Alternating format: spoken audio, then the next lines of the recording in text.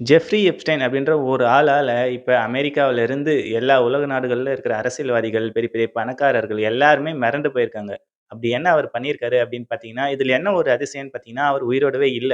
2019லயே இறந்துட்டாரு. அப்படி அவரு செத்துமே இப்ப இருக்கிற பெரிய பெரிய அரசியல்வாதிகள், பணக்காரங்க எல்லாருமே அவர பார்த்து மிரண்டு போயிருக்காங்க. அப்படி என்ன அவர் பண்ணாரு அப்படின்ட்டு இந்த வீடியோல பார்க்கலாம்.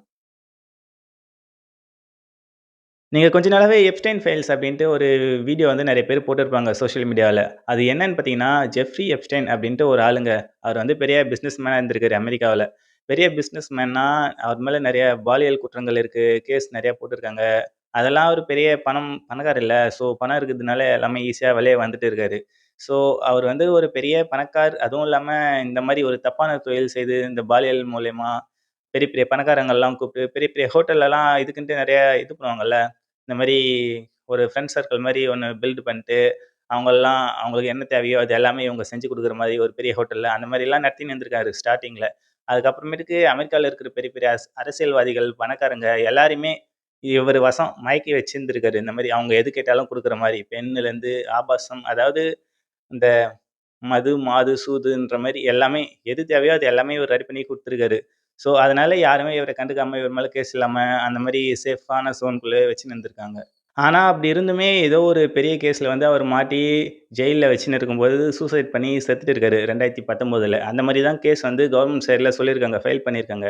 ஆனா, சோசியல் மீடியால மத்தவங்க எல்லாருமே இது வந்து சூசைட் இல்ல. இது வந்து வேணும்னே யாரோ ஆள் வச்சு கொன்னுருக்காங்க அப்படின்ற மாரி சொல்லிட்டு இருக்காங்க. இப்போ வரைக்கும் அது வந்து கவர்ன்மென்ட் சைட்ல சூசைடுன்னு தான் சொல்றாங்க. ஏன் யாரும் நம்ப மாட்டேங்கிறாங்க அப்படின்னு பார்த்தீங்கன்னா, ஏன்னா அவர் வந்து பெரிய பெரிய அரசியல்வாதி, பணக்காரங்க கூடலாம் ஃப்ரெண்ட் சர்க்கிள் மாரி இருந்திருக்காருல்ல. ஸோ, அதனால யார் யாரெல்லாம் அந்த லிங்க்ல இருக்காங்க அப்படின்னு பார்க்கறதுக்காக 2025ல நாடாளுமன்றத்தில வந்து ஒரு சட்டத்த வகுக்குறாங்க.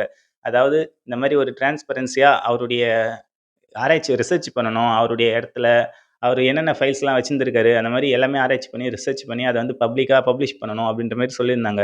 அந்த மாரி இப்ப வந்து 2025 டிசம்பர்ல அந்த மாரி ஃபர்ஸ்ட்டு கொஞ்சம் ஒரு டாக்குமெண்ட்ஸ்லாம் ரிலீஸ் பண்ணாங்க. இதுல வந்து நெறைய அப்போ டிசம்பர்லயே நெறைய பேர் அத பத்தி பேசியிருந்தாங்க. பெரிய பெரிய ஆளுங்களுடைய லிஸ்ட்லாம் இருந்துச்சு. ஆனா இப்போ வந்து ஜனவரி எண்டுல ரிலீஸ் பண்ணது வந்து நெறைய நெறைய அமெரிக்கன் மட்டும் இல்ல, உலக நாடுகள் எல்லாத்துலயும் இருக்கிற அரசியல்வாதிகள், அரசியல் தலைவர்கள், பெரிய பெரிய பிசினஸ் மேன் எல்லாருடைய டீட்டெயில்ஸுமே அதுல இருக்கு.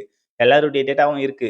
முக்கியமா ட்ரம்ப் அந்த மாரி முக்கியமான ஆளுங்களுடைய வீடியோ கோப்புமே இருக்கு. அதனால நெறைய பேர் வந்து இத எதிர்த்து இப்படிலாம் அநியாயம் பண்றீங்களா நீங்க பெரிய பெரிய அரசியல்வாதியா இருந்துகிட்டு, மக்களுக்காக உங்களுக்கு ஓட்டு போட்டா நீங்க என்ன பண்ணிட்டு இருக்கீங்க? அதுவும் சின்ன சின்ன குழந்தைகள் எல்லாம் கடத்தி பாலியல் சம்மந் அது மூலியமா ஈடுபட வச்சு அந்த மாரிலாம் பண்ணியிருக்காங்க. அந்த ஜெஃப்ரி எஸ்டைன் அவங்க கூட சேர்ந்து இந்த மாரிலாம் பண்ணிட்டு இருந்திருக்கீங்களா? இவ்வளோ பெரிய தப்புலாம் பண்றீங்களா? பெரிய பெரிய தலைவர்கள் எல்லாரும், பெரிய பெரிய பிசினஸ்மேன் எல்லாரும் அப்படின்ற மாரி நெறைய பேர் பப்ளிக் கொஸ்டின் எழுப்பின்னு இருக்காங்க.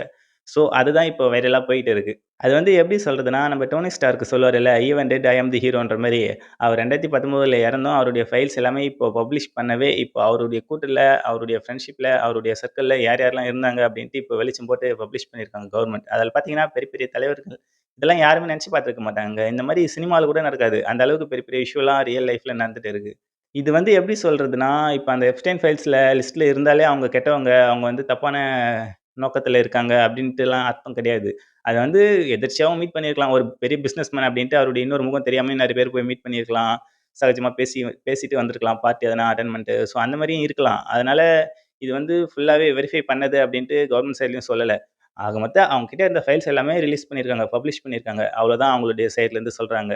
இது வந்து என்ன நடந்திருக்கு? ஏது நடந்திருக்கு? அப்டின்ட்டு நீங்க தேடுனோம்னாக்கா, அந்த ஃபைல்ஸ் ஃபுல்லா போய் ஆராய்ஞ்சு பார்த்தா உங்களுக்கே தெரியும். இந்த மாரி யார் யாரெல்லாம் எந்தெந்த மாரிலாம் அவங்க கூட பழகியிருக்காங்க அப்டின்ட்டு. ஸோ பப்ளிக் கிட்டயே குடுத்துட்டாங்க பொறுப்ப.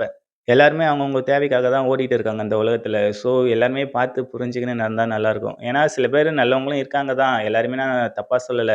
இருந்தாலும் என்னென்ன நடக்குது அப்டின்ட்டு தெரிஞ்சுக்கிறதுல நல்லது தானே! ஸோ நீங்களும் தெரிஞ்சுக்கங்க. அப்படி இந்த எப்ஸ்டைன் ஃபைல்ஸ பத்தி உங்களுக்கு தெரியலன்னா, போயிட்டு பாருங்க நெட்ல சர்ச் பண்ணி. ஏன்னா, இது ரொம்பவே முக்கியமான விஷயம். நம்ம இந்தியாவுல இருக்கிறவங்க பெரிய பெரிய ஆளுங்களுடைய லிஸ்ட்டுமே கூட அதுல இருக்கு. ஸோ, நீங்க ஃபியூச்சர்ல இப்போ ஒரு எப்ஸ்டைன் தான் இந்த மாரி ஒரு எப்ஸ்டைன் ஃபைல்ஸ்ல தான் இவ்ளோ டீட்டெயில்ஸ் இருக்கு. இவ்ளோ பேர் ஆடி போயிருக்காங்க. இந்த மாரி எவ்ளோ எப்ஸ்டைன்ஸ் மாரி எவ்ளோ பேர் இருப்பாங்க. கொஞ்சம் நெனச்சு பாருங்க. அந்த காலம் மாரி இப்போலாம் ஏமாத்த முடியாது. எல்லாருமே ஈஸியா கண்டுபிடிச்சுருவாங்க. ஸோ, எல்லாமே எங்க பார்த்தாலும் கேமரா இருக்கு.